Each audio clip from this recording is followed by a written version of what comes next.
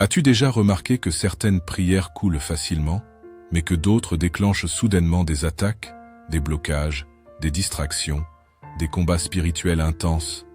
Ce n'est pas un hasard. Il existe des psaumes que l'ennemi déteste, pas parce qu'ils sont beaux, pas parce qu'ils sont poétiques, mais parce qu'ils sont des armes de guerre spirituelles, des clés de percée, des déclarations d'autorité divine qui détruisent ses plans. Ce que je vais te révéler aujourd'hui n'est pas de la théorie. C'est du vécu spirituel. C'est ce que les intercesseurs, les guerriers de prière, les hommes et femmes de Dieu connaissent dans le secret. Ce sont des psaumes qui ouvrent les cieux et font trembler l'enfer. Et si tu restes avec moi jusqu'à la fin de cette vidéo, tu vas comprendre. 1. Pourquoi l'ennemi chahute ces 3 psaumes? Ce qu'ils déclenchent dans le monde spirituel. Comment les utiliser pour protéger ta vie, ta famille, ta destinée? Et comment les prier avec puissance pour voir des miracles réels? Attention, ce n'est pas une simple étude biblique. Ce que tu vas entendre maintenant peut transformer ta vie de prière à jamais. Alors, prépare ton cœur, ouvre ton esprit, car ce que tu vas entendre va peut-être déclencher une guerre spirituelle, mais aussi ta plus grande victoire. Tu es prêt? Avant d'entrer dans la première révélation, abonne-toi si ce n'est pas encore fait, car cette chaîne est un lieu de feu, de prière et de puissance. Active la cloche, car ce qui arrive ensuite est trop important pour que tu passes à côté. Alors, on commence dès maintenant. Dans le silence de ton cœur, prends une profonde inspiration, ressens l'air qui entre, qui sort, et prépare ton esprit à recevoir une vérité qui fait trembler les forces de l'ombre. Aujourd'hui, le premier psaume que nous allons voir est celui du psaume 91, un psaume que l'ennemi déteste, que les ténèbres craignent, et que les saints utilisent comme une armure spirituelle invincible. Mais pourquoi Satan le hait-il autant? Pourquoi certains versets, lorsqu'ils sont proclamés avec foi, provoquent une agitation invisible dans le royaume des ténèbres? Et surtout, comment pouvons-nous les utiliser pour protéger nos vies, nos familles et nos percées spirituelles? Reste attentif, car ce que tu vas entendre pourrait transformer radicalement ta prière et ton quotidien. Le psaume 91 commence par ces mots puissants. Celui qui demeure sous l'abri du Très-Haut repose à l'ombre du Tout-Puissant. Imagine ces mots comme un bouclier céleste, invisible mais réel, qui enveloppe ton esprit et ton corps. L'ennemi déteste cette déclaration, car elle annule toutes ses ruses, toutes ses attaques et toutes ses manigances contre toi. La première leçon est claire, la protection divine n'est pas passive, elle est active, proclamée et habitée. Chaque fois que tu t'approches de Dieu et que tu entres sous son abri, tu déclenches un processus spirituel que l'ennemi ne peut stopper. Et ce n'est pas seulement une métaphore, c'est un combat réel, une guerre invisible, où les paroles et la foi sont tes armes. Le verset 3 dit « Car il te délivrera du filet de l'oiseleur, de la peste et de la destruction. » Imagine ces mots comme une arme pointée vers tout ce qui veut te nuire. Chaque filet que l'ennemi tend pour te piéger, chaque maladie qui cherche à affaiblir ton corps ou ton esprit, chaque piège qui menace ton travail ou ta famille, se brise instantanément lorsque tu pries avec foi. Ce n'est pas seulement théorique, c'est pratique. Des milliers de guerriers de prière témoignent de percées incroyables simplement en proclamant ce verset, en le méditant et en le vivant avec conviction. Les ténèbres sentent la puissance, elles sentent la lumière. Elles reculent. Accroche-toi. Car voici la partie que beaucoup ne comprennent pas. Le verset 4 dit « Il te couvrira de ses plumes, et tu trouveras un refuge sous ses ailes. Sa fidélité est un bouclier et une protection. » Lis-le lentement. Imagine-toi sous ses ailes, totalement protégé. Ce n'est pas une protection symbolique, c'est une déclaration de guerre contre toute attaque spirituelle. L'ennemi déteste cette image, car elle lui montre que ses flèches ne peuvent pas t'atteindre. Les croyants qui comprennent cela ne sont pas seulement protégés, ils deviennent des points de lumière dans un monde rempli de ténèbres. Et plus tu proclames ce psaume avec foi, plus ton espace devient sacré, inviolable et inattaquable. Maintenant, faisons une pause. Visualise une scène réelle. Tu es dans ton lieu de travail, ou à la maison, ou même dans ta voiture. Une situation qui te paraissait impossible, un obstacle financier, une maladie, une trahison, un conflit. Proclame dans ton esprit, « Il me délivrera du filet de l'oiseleur. Je repose à l'ombre du Tout-Puissant. » Ressens la sécurité, ressens la puissance. C'est ce que Satan déteste le plus, que ses plans échouent avant même de se matérialiser. Le psaume 91 est une arme préventive. Tu n'as pas à attendre le mal, tu l'empêches. Le verset 5 ajoute encore, « Tu ne craindras ni la terreur de la nuit, ni la flèche qui vole de jour. » Encore une fois, visualise chaque flèche, chaque situation de peur, chaque anxiété ou attaque spirituelle. Tout se brise. L'ennemi recule à la simple proclamation de cette parole. Mais comment l'utiliser efficacement? C'est là que beaucoup échouent. Ce n'est pas une lecture passive. Tu dois le proclamer, le méditer, le vivre, l'écrire, le répéter dans les moments de doute et de peur. Tu dois te le répéter comme une vérité vitale, comme une déclaration qui devient ta seconde nature. Exemple concret. Imagine Marie, qui avait perdu son emploi à cause d'injustice. Chaque jour, elle proclamait le psaume 91 avec autorité et foi, visualisant Dieu comme son bouclier. En quelques semaines, non seulement elle a trouvé un travail plus prospère, mais elle a également été protégée contre des accidents et des pièges financiers. Pourquoi? Parce que le psaume 91 agit comme un champ de force spirituelle. L'ennemi ne peut rien contre ceux qui l'utilisent avec foi. Et voici une accroche. Si tu veux vraiment protéger ta famille et tes proches, ne passe pas ce psaume simplement en lecture. Écris-le, récite-le, médite-le chaque jour, même si tu ne vois pas immédiatement de changement. Les forces invisibles se déplacent, elles se retirent, elles perdent leur pouvoir sur toi. L'ennemi déteste ces 3 versets du cœur du psaume, 3, 4 et 5, car il coupe toutes ces stratégies avant qu'elles ne se matérialisent. Le verset 6, « Que la peste ne vienne point près de toi », n'est pas qu'un avertissement biblique, c'est une protection tangible pour ta santé et ton bien-être. Imagine la confiance que cela apporte. Tu marches dans le monde avec audace, sans peur, car tu sais que Dieu est ton refuge. Les ténèbres ressentent cette assurance, et elles la fuient. Chaque fois que tu répètes « Je repose à l'ombre du Très-Haut », tu affirmes ton autorité spirituelle. Et c'est exactement ce que Satan déteste. Les croyants qui ne tremblent pas, qui ne se plaignent pas, mais qui marchent dans la victoire divine. Pause. Ressens ces mots. Aucun malheur ne t'atteindra. Ce n'est pas une promesse vague, c'est une assurance pour celui qui demeure sous l'abri du Très-Haut. Et ici, l'ennemi sent la douleur de l'échec. Chaque prière qui invoque ces versets est un choc spirituel pour lui. Les blocages, les malédictions, les pièges, les accidents, les maladies, tout cela perd son efficacité face à une foi active. C'est pourquoi il fuit ceux qui connaissent ce psaume, ceux qui l'utilisent dans leur combat quotidien, ceux qui ne laissent pas la peur ou le doute les contrôler. Maintenant, une autre accroche pour toi. Si tu veux voir un changement concret dans ta vie, choisis un verset du psaume 91, récite-le 3 fois le matin, 3 fois le soir, et médite sur lui. Laisse Dieu agir. Tu remarqueras la différence. Plus de confiance, moins de peur, et des obstacles qui tombent comme des murs de sable. L'ennemi déteste cette régularité. Il déteste la discipline dans la prière, car elle sape son influence et déclenche la puissance divine dans ta vie. Le psaume 91 nous enseigne aussi à déclarer la victoire, pas seulement à demander la protection. Parce qu'il m'aime, je le délivrerai. Tu n'es pas une victime. Tu es un enfant de Dieu protégé, choisi et investi de son pouvoir. Le diable déteste cette affirmation. Elle inverse les rôles. Au lieu d'être pris au piège, tu deviens un guerrier de lumière. Et cette lumière attire la faveur, la percée et la guérison. Exemple pratique.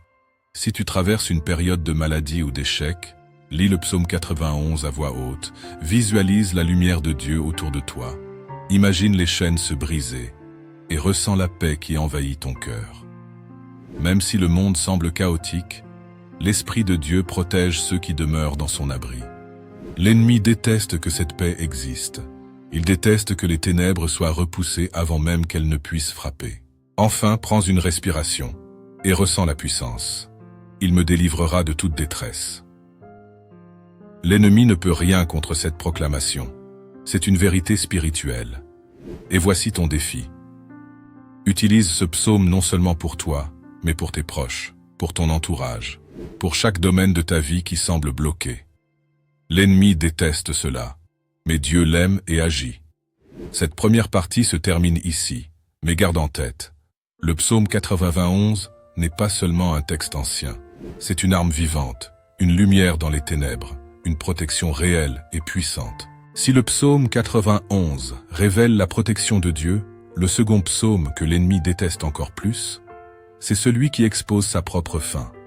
Un psaume qui dévoile la justice de Dieu, qui renverse les complots cachés, qui brise l'orgueil des puissances des ténèbres et qui proclame que Dieu règne, même au milieu du chaos. Ce psaume, c'est le psaume 27. L'Éternel est ma lumière et mon salut. De qui aurais-je peur? Ce n'est pas une simple phrase, c'est une déclaration de guerre spirituelle. Le psaume 27 commence par une explosion de foi. Pas une foi théorique, une foi qui regarde l'ennemi droit dans les yeux et dit « Tu ne me fais plus peur ». Satan déteste ce psaume parce qu'il repose sur une vérité spirituelle brûlante. Quand tu vois Dieu correctement, l'ennemi disparaît. Le diable ne peut pas résister à un homme ou une femme qui n'a plus peur.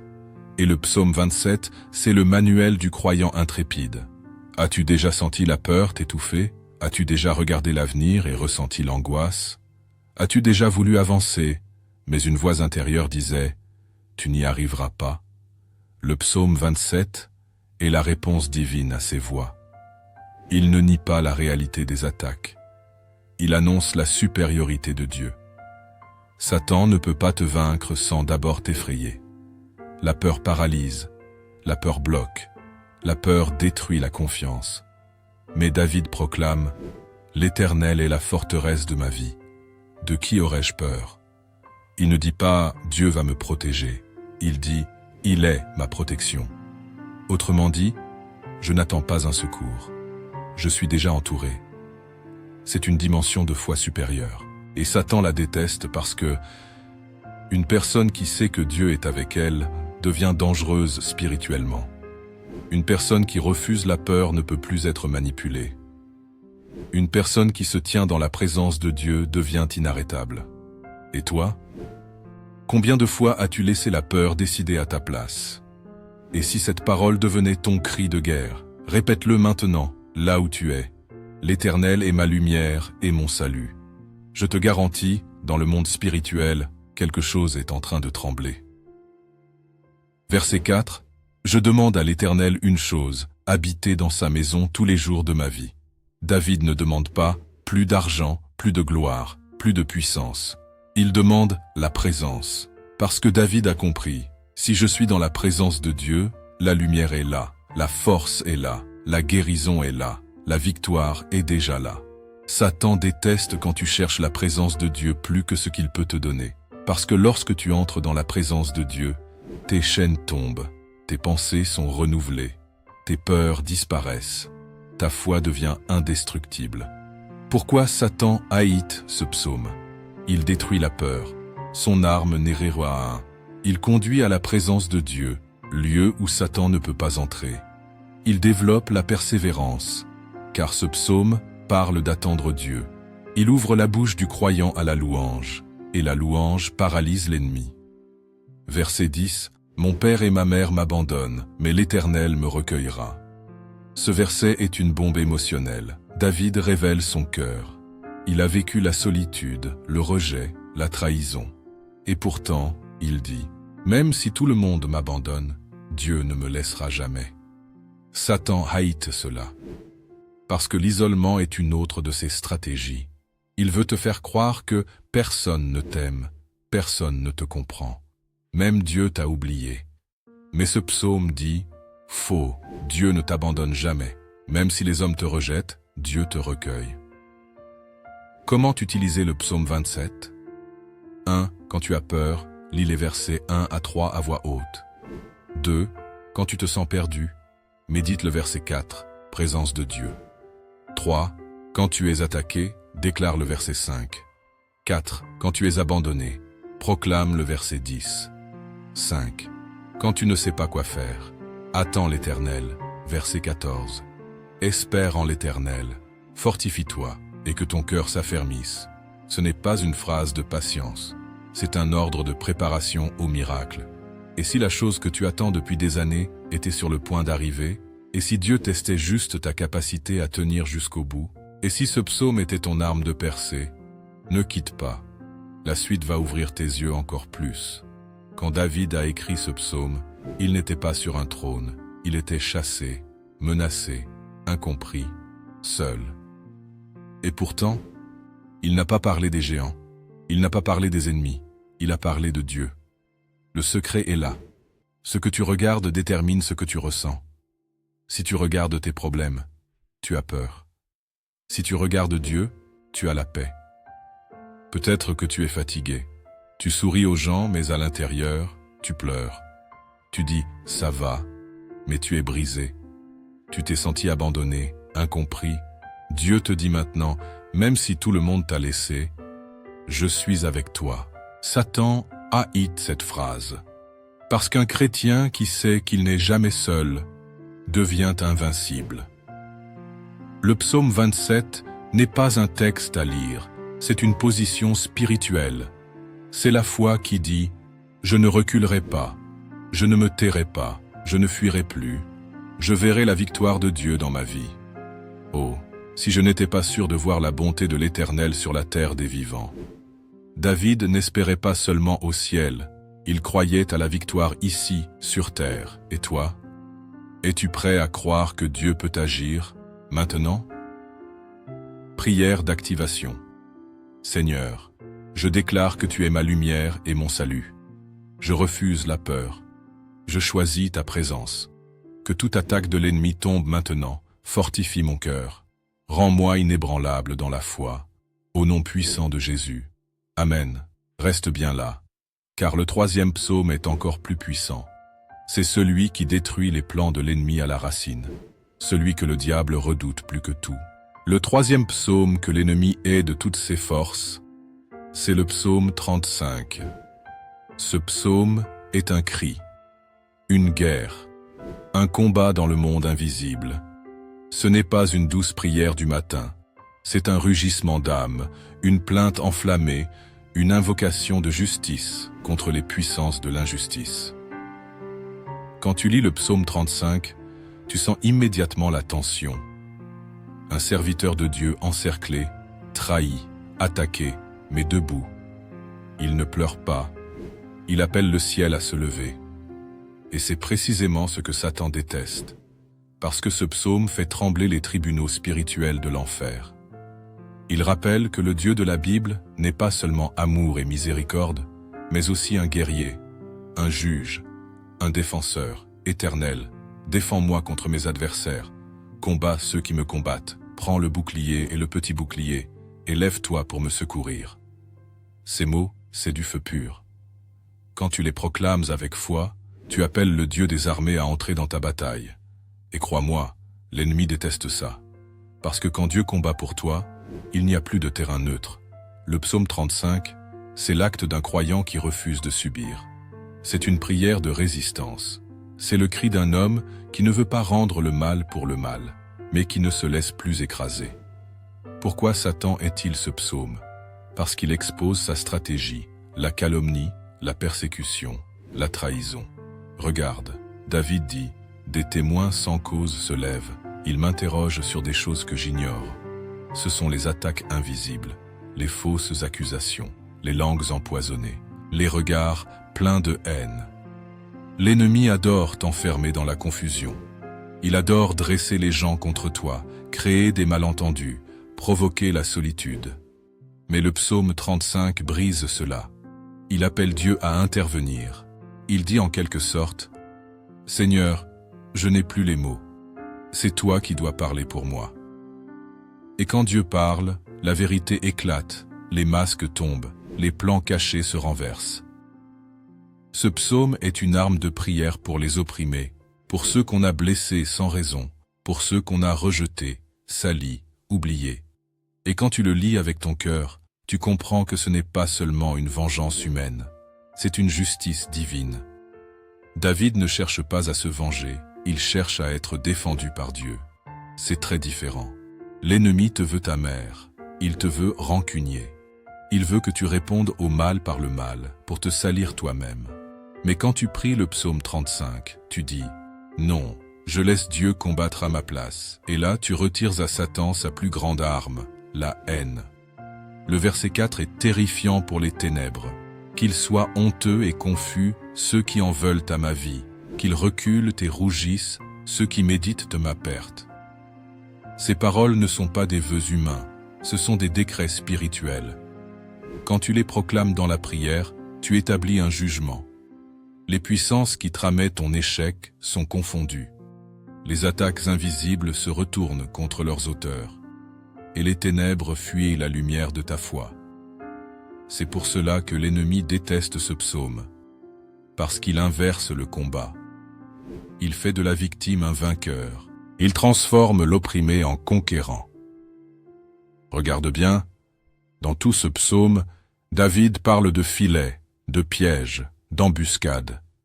Ils ont caché pour moi leur filet dans une fosse.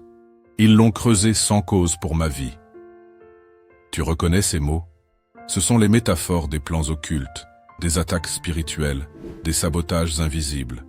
Le monde spirituel fonctionne comme un terrain de guerre. Et quand tu déclares ce psaume, tu détruis les pièges avant qu'ils ne se referment. Tu déclares la neutralisation des flèches invisibles, tu brûles les filets, tu détruis les accusations, tu brises les liens. Et Satan le sait. Ce psaume est un verdict contre lui. C'est un décret divin prononcé dans la salle du trône de Dieu. Mais attention, il y a une révélation encore plus profonde ici. Le psaume 35 révèle le cœur de Dieu dans le combat. Dieu ne se lève pas seulement pour punir, il se lève pour rétablir. Écoute le verset 9. « Et mon âme aura de la joie en l'Éternel, elle se réjouira de son salut. » Autrement dit, la victoire finale, c'est la paix du cœur. Dieu ne veut pas seulement vaincre tes ennemis, il veut te rendre la joie qu'ils ont volée.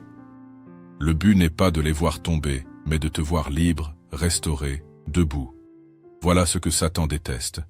Il déteste voir un croyant sourire après la tempête. Il déteste voir quelqu'un louer Dieu après avoir été trahi. Parce qu'il perd doublement. Il perd le combat et il perd son influence sur ton cœur. Le psaume 35 est aussi un psaume prophétique. Il annonce Jésus. Oui, regarde bien, ils m'ont rendu le mal pour le bien. Mon âme en est dans la désolation. C'est ce que Christ a vécu. Trahi, accusé, crucifié, sans faute. Mais comme David, il a laissé Dieu le défendre. Il n'a pas répondu à la haine. Et 3 jours plus tard, la justice divine s'est manifestée. La pierre a roulé. Le tombeau s'est ouvert. Voilà la puissance du psaume 35. Il annonce la victoire du juste sur le mensonge, la lumière sur les ténèbres, la vérité sur la manipulation. C'est pourquoi chaque fois que tu pries ce psaume, tu participes à cette victoire. Tu fais partie de la même lignée spirituelle, celle des justes que Dieu défend lui-même. Et attention à cette vérité, quand tu récites le psaume 35, tu déclenches une guerre spirituelle réelle. Ce psaume n'est pas neutre, c'est une invocation de justice. Et la justice attire le feu du ciel. Alors prie-le avec un cœur pur, pas avec vengeance, pas avec haine, mais avec foi, avec confiance. Dis à Dieu, tu vois ce qu'ils m'ont fait, tu connais la vérité, je te laisse juger. Et regarde comment il agit. Il ne te venge pas, il t'élève. Il ne détruit pas seulement tes ennemis, il te restaure. Et cette restauration est ce que Satan craint le plus. Parce qu'un croyant restauré devient dangereux. Il prie avec discernement. Il loue avec puissance. Il parle avec autorité. Dans la pratique, tu peux utiliser le psaume 35 comme une prière de protection et de délivrance. Lis-le quand tu sens que des forces te combattent. Lis-le quand tu es attaqué injustement. Lis-le quand tout semble se liguer contre toi. Mais surtout, lis-le à haute voix. Parce que la parole de Dieu proclamée libère une énergie spirituelle que l'ennemi ne supporte pas. Et fais-le avec foi. Seigneur, combats ceux qui me combattent. Défends ma cause éternelle contre ceux qui m'accusent faussement. Fais reculer les forces qui m'entourent. Ces phrases, quand elles sortent de ta bouche avec conviction, deviennent comme des flèches de lumière dans le monde invisible. Elles percent, elles brûlent, elles libèrent. Et quand tu termines, fais comme David, remercie Dieu d'avance. Et mon âme aura de la joie en l'Éternel. C'est une clé spirituelle. Rends grâce avant même de voir le résultat. Parce que la foi voit avant que les yeux ne voient. Et là, tu entres dans un autre niveau de puissance. Tu n'es plus seulement quelqu'un qui subit la guerre spirituelle. Tu es un soldat, un intercesseur, un fils du royaume. Voilà pourquoi le psaume 35 fait trembler l'enfer. Parce qu'il libère le feu de la justice divine. Parce qu'il rappelle au diable que le dernier mot n'est pas à lui. Parce qu'il proclame que Dieu combat encore pour ses enfants. Et quand tu le déclares, tu fais quelque chose que l'ennemi ne supporte pas. Tu rappelles à tout l'enfer que le ciel règne encore. Alors, retiens ceci. Le psaume 91 te protège, le psaume 23 te rassure, mais le psaume 35 te venge. Il ne s'agit pas de vengeance humaine, mais de rétablissement spirituel. Et c'est pour cela que Satan le hait tant, parce qu'il ne peut rien contre un croyant qui laisse Dieu juger à sa place. Tu veux voir Dieu agir puissamment? Alors prie avec le psaume 35, pas une fois, pas comme une formule, mais comme une arme, comme une déclaration, comme un feu. Et regarde les chaînes tomber, les pièges se détruire, et ta lumière briller dans les ténèbres.